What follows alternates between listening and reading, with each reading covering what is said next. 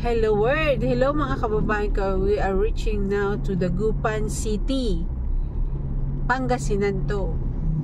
Dagupan City, Pangasinan. From Binmalay to Dagupan City. Kanina from Bugalyon, Binmalay, tapos Dagupan City. Masyado na mahaba po yung biyahe natin. Yan o. Yan yung arko nila. Yung arko dito. Yan. Tumira din po ako dito. Kami ng aking mga magulang. Dahil nag-aaral po ako sa Chinese school. Kasi syempre pag sa government school kasi medyo malayo sa amin.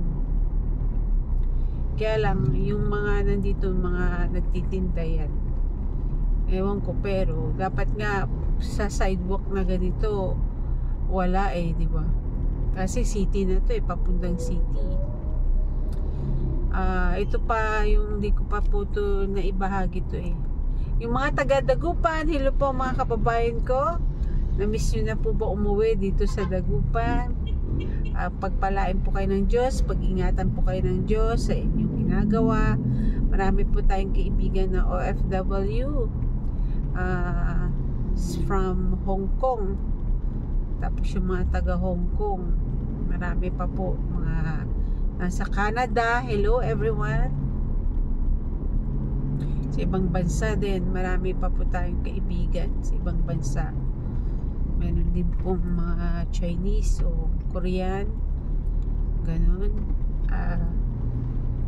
Maraming salamat po sa Diyos, sa inyo pong lahat.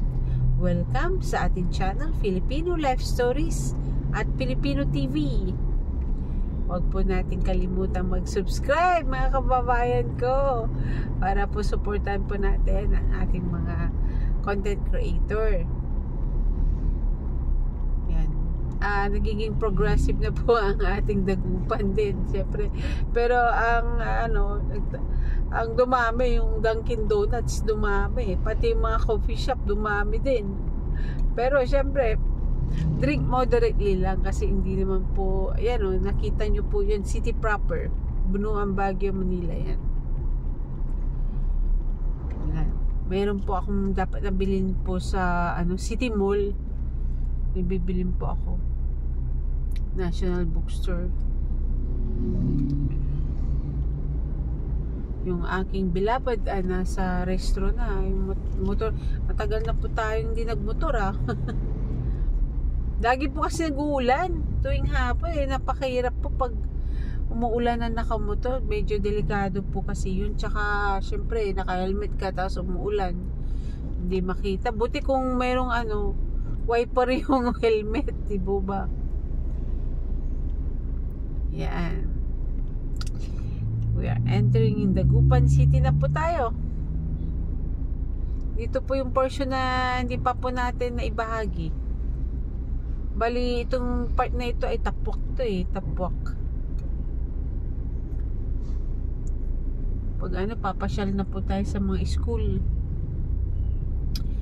Sabi ko nga, maging bahagi lamang po kayo, mag-comments at mag-suggest lamang po kayo kung ano pong gusto nyo pong ibahagi. Medyo dito muna tayo sa Pangasinan dahil hindi pa po tayo nakapunta sa ibang parte ng Pilipinas pa. Wala pang chance. Hindi po natin maiwanan yung ating trabaho din.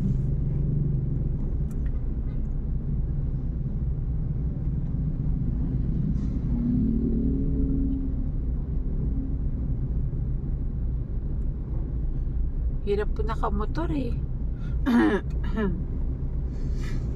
Nakalimutan ko na magmotor. Maganda kasi pag nagbumotor, di po ba, dahil sa syempre madali kang makarating dun sa pupunta mo. Tapos tignan nyo po mga kababayan ko, kanina umulan, umaraw, minute, di po ba, aaraw tapos uulan yun, tapos traffic pa. My gosh. Bali dito, tapwak po ito. Magkita-kita po tayo mamaya. At mag-share na po ako ng mga videos po natin. Thank you very much. God bless everyone. Mga kababayan ko, pag-ingatan po kayo ng Diyos mga kababayan ko. At pag-pray po natin na matigil na po yung mga gera na yan. Matagal na po, pero nakasulat na po kasi sa Biblia na magaganap na po. Pero wala pa po tayong katapusan ng mundo. Importante, magtuloy-tuloy lamang po tayo sa po natin. Siyempre, alangan naman po na hindi po tayo, hindi po ba? Mga traffic enforcer. Uy. Thank you very much. God bless everyone.